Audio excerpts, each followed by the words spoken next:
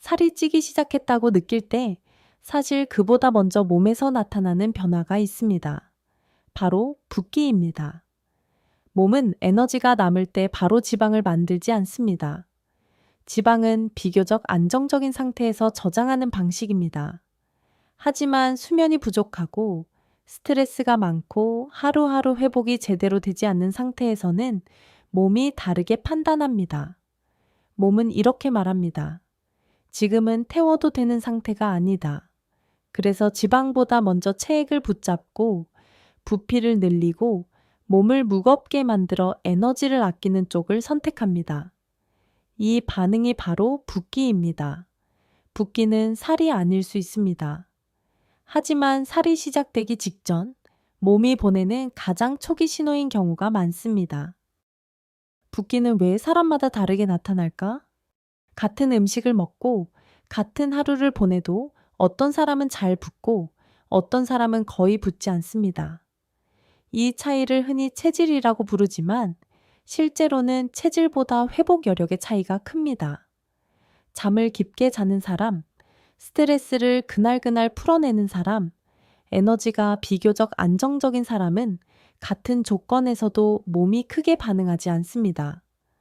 반대로 회복이 부족한 상태가 오래된 사람은 조금만 무리해도 바로 붓습니다. 붓기는 약해서 생기는 문제가 아니라 버틸 힘이 줄어들었다는 몸의 표현입니다. 적게 먹는데 살이 찌는 이유. 저는 많이 안 먹어요. 야식도 거의 안 합니다.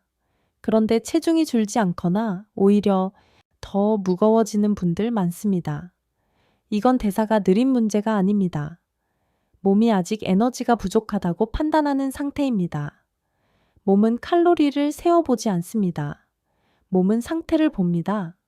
잠을 잘 잤는지, 스트레스가 누적됐는지, 에너지가 일정하게 들어오는지를 봅니다. 이 조건이 불안정하면 몸은 지방을 태우지 않습니다. 대신 체액과 에너지를 먼저 붙잡습니다. 그래서 적게 먹을수록 몸은 더 예민해지고 붓고 무거워지고 살이 찌는 느낌이 강해집니다. 왜 가만히 있어도 붓기 시작할까? 오늘은 많이 움직이지도 않았는데 붓는다. 이런 날이 반복되는 분들 많습니다. 이건 활동량 문제가 아닙니다. 몸이 배출을 최소화한 상태입니다. 회복 여력이 떨어지면 몸은 불필요한 순환을 줄입니다. 그래야 에너지를 덜 쓰기 때문입니다. 그래서 가만히 있어도 체액은 돌지 않고 정체됩니다. 움직이지 않아서 붓는 게 아니라 회복할 힘이 부족해서 붓는 상태입니다. 앉기만 하면 붓는 이유. 앉아 있는 것 자체가 몸에 큰 부담이 되는 분들이 있습니다. 이건 단순히 오래 앉아서가 아닙니다. 앉아 있는 동안 혈액과 체액은 중력 때문에 계속 다리 쪽으로 몰립니다. 원래라면 종아리 근육이 수축하면서 아래로 내려간 혈액과 체액을 다시 위로 끌어올려야 합니다. 하지만 종아리 근육 사용이 줄어들고 복부에 힘이 빠지고 호흡이 얕아지면 이 회수 과정이 거의 일어나지 않습니다. 그래서 오래 앉지 않았는데도 다리가 무겁고 양말 자국이 깊게 남고 저녁이 되면 다리가 단단해집니다. 이건 운동 부족이 아니라 회수 시스템이 제대로 작동하지 않는 상태입니다. 다리 붓기가 가장 먼저 나타나는 이유. 다리는 몸에서 가장 아래에 있고 심장에서 가장 멀리 떨어진 부위입니다. 그래서 몸이 힘들어질수록 다리는 가장 먼저 반응합니다. 잠을 깊게 못 잔 날, 스트레스가 오래 지속된 날, 저녁에 소화 부담이 컸던 날, 이런 날일수록 다리는 유난히 빨리 붓습니다. 다리는 몸의 회복 상태를 대신 말해주는 부위입니다. 오늘은 회복이 충분하지 않았다. 지금은 정리가 안 되고 있다.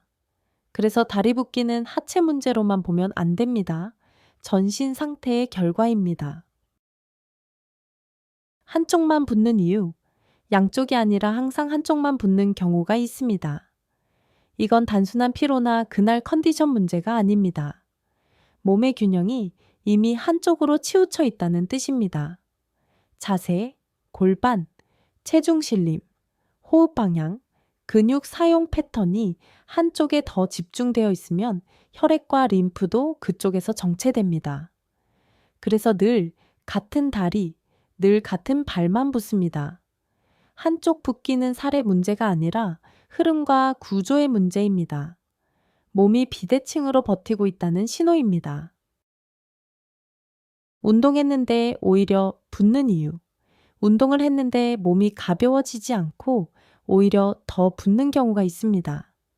이럴 때 운동이 부족한가? 라고 생각하는 분들이 많습니다. 하지만 대부분은 반대입니다. 회복이 따라가지 못한 상태입니다. 운동을 하면 근육에 미세 손상이 생기고 염증 반응이 일어나고 체액이 몰리는 건 정상입니다. 문제는 이걸 정리할 회복 시간이 몸에 없을 때입니다. 회복이 부족하면 몸은 연소 대신 보호를 선택합니다. 그래서 운동 후 더 붓고 더 무거워집니다. 이건 실패가 아니라 몸이 보내는 경고입니다. 말랑한 붓기와 단단한 붓기의 차이. 붓기는 모두 같은 붓기가 아닙니다. 손으로 눌러보면 느낌이 분명히 다릅니다. 눌렀을 때 손가락이 들어가고 천천히 다시 올라오는 붓기가 있고 눌러도 잘 들어가지 않고 단단하게 버티는 붓기가 있습니다. 말랑한 붓기는 아직 체액 중심의 단계입니다. 몸이 정체는 있지만 회복할 여지가 남아있다는 뜻입니다.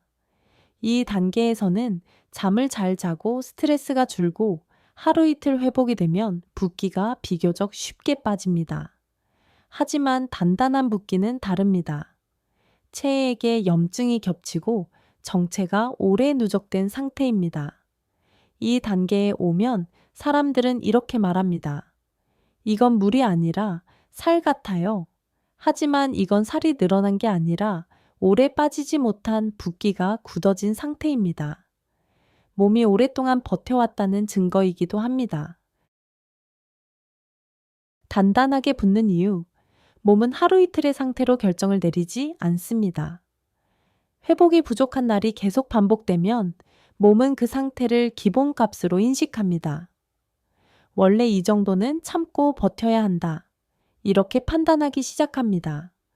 그래서 붓기를 빼지 않고 그 상태로 유지합니다. 이건 몸이 나빠진 게 아닙니다. 몸이 살아남기 위해 선택한 방식입니다. 에너지가 불안정할수록 몸은 더 붙잡으려고 합니다. 그래서 단단한 붓기는 마사지 몇 번, 운동 몇 번으로 쉽게 빠지지 않습니다. 이건 몸이 오랫동안 회복을 미루어 왔다는 기록입니다. 그래서 단단한 붓기는 관리의 실패가 아니라 신호의 누적 결과입니다. 밤이 될수록 잠들기 직전에 붓는 이유. 밤은 원래 몸이 정리되는 시간입니다. 하루 동안 쌓인 피로를 정리하고 회복 모드로 들어가야 할 시간입니다. 하지만 많은 사람들은 잠자리에 누워도 몸이 쉬지 못합니다. 스트레스는 그대로 남아있고 생각은 멈추지 않고 몸은 여전히 긴장 상태입니다. 이때 교감신경은 꺼지지 않고 혈당도 안정되지 않고 몸은 계속 버티는 모드에 있습니다. 이 상태로 잠들면 몸은 회복을 시작하지 못합니다. 그래서 잠들기 직전에 다리가 붓고 몸이 무겁게 느껴집니다. 이 붓기는 오늘 하루가 아직 끝나지 않았다는 몸의 표현입니다. 다음날 아침까지 붓기가 이어지는 이유도 여기에 있습니다. 붓기는 살의 전 단계다. 붓기는 살이 아닐 수 있습니다. 하지만 살이 되기 전 단계일 가능성은 매우 높습니다. 붓기를 무시하면 사람들은 이렇게 생각합니다. 좀 지나면 빠지겠지. 하지만 붓기가 반복되면 몸은 그 상태를 기본으로 받아들입니다. 그 다음에 체중이 늘고 체형이 바뀌고 살처럼 느껴지기 시작합니다. 그래서 붓기를 무시한 다이어트는 대부분 실패합니다. 붓기는 없애야 할 대상이 아니라 이해해야 할 신호입니다. 몸은 붓기로 분명히 말하고 있습니다. 지금은 태울 수 있는 상태가 아니다. 회복이 먼저 필요하다. 이 신호를 읽을 수 있을 때 몸은 다시 가벼워질 수 있습니다. 지금까지 이야기한 붓기는 특별한 사람이 겪는 문제가 아닙니다. 대부분의 사람들은 몸이 붓기 시작해도 그냥 피곤해서 그렇다고 넘깁니다. 하지만 몸은 그때마다 같은 말을 하고 있습니다. 지금은 태울 준비가 되지 않았다. 회복이 먼저 필요하다. 붓기는 몸이 멈춰달라고 보내는 신호입니다. 속도를 줄이라는 신호이고 방향을 바꾸라는 신호입니다. 그래서 붓기를 무시하고 계속 밀어붙이면 몸은 더 붙잡고 더 무겁게 반응합니다.